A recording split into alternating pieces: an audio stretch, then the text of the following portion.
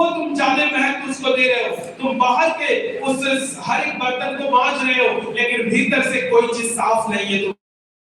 तुम्हारे अंदर अंधेर और दुष्टता तुम्हारे अंदर भरी हुई है। इसलिए प्रभु यीशु मसीह ने कहा, हे निर्बुद्धियों, तुम अपने अंदर के उस अंदर की वस्तुओं को दान कर दो।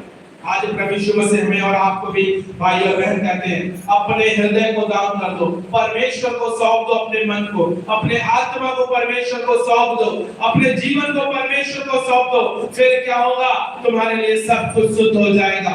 फिर कोई जरूरी नहीं है कि तुम बहुत नए कपड़े पहनो तभी चर्च में आओ, तुम बहुत अच्छे से नहा लो तभी भोर का प्रार्थना करो, तुम नींद से उठे हो हाथ मुंह धोकर भी प्रार्थना कर सकते हो, तुम अपने जगह पे जाओ अपने रूम में प्रार्थना कर सकते हो, तुम कहीं भी प्रार्थना कर सकते हो। ये नहीं कि हम चर्च जाएंगे तभी प्रेयर होगा, या हम बहुत अच्छी जगह पे जाएंगे तभी प्रेयर होगा, हम बहुत अच्छा नया मैट बिछाएंगे तभी प्रेयर होगा, या कोई और चीजें करेंगे तभी उपवास रहेंगे, कोई खास दिन आएगा तभी उपवास रहेंगे।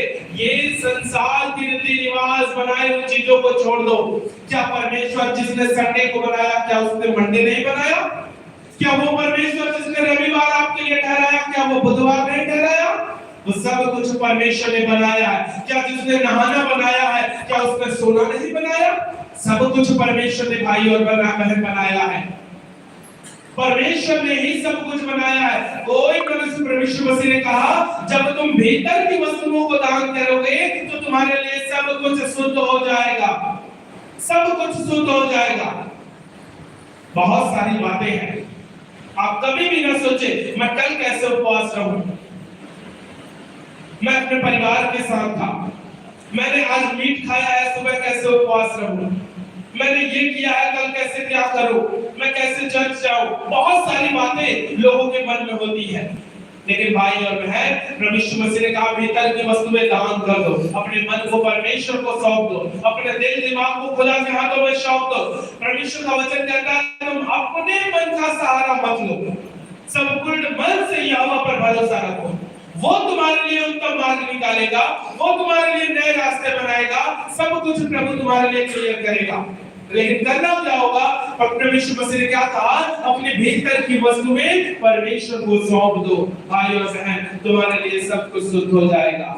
इसलिए सांसारिक लोगों के रीति रिवाज से तुम परे रहो, सावधान रहो, उनके रीति रिवाजों की तरफ मत जाओ। प्रभु का वचन कहता है, सब कुछ जिसने बाहर का बनाया उसने भीतर का भाग भी बनाया। जिसने तुम्हारे हृदय को बनाया उसने तुम्हारे आंखों को बनाया है, उसने तुम्हारे हर एक अंग को बनाया है। सब कुछ परमेश्वर ने बनाया अपनी इच्छा अनुसार। इसलिए जब आप खुदा पे विश्वास करते हो, प्रभु यीशु मसीह को ग्रहण करते हो, उनके वचन को जान जाते हो, तो तुम्हारे लिए सारी वस्तुएं शुद्ध हो जाती हैं। वचन कहता है, लिखा हुआ है लूका रचित सुसमाचार 12 अध्याय उसका 1 और 2 पर,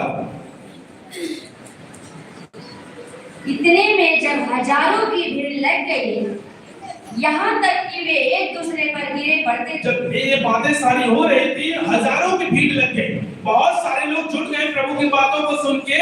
और वचन में लिखा हुआ है, इतनी भीड़ लग गई, हजारों मतलब कई हजारों की भीड़ लगी, और वहां पे एक दूसरे पर लोग गिरने लगे, लोग गिरने लगे एक दूसरे पर। तब क्या होता है? तो वह सबसे पहले अपने चेलों से कहने लगा। तब सबसे पहले प्रभु यीशु मसीह ने किससे कहा?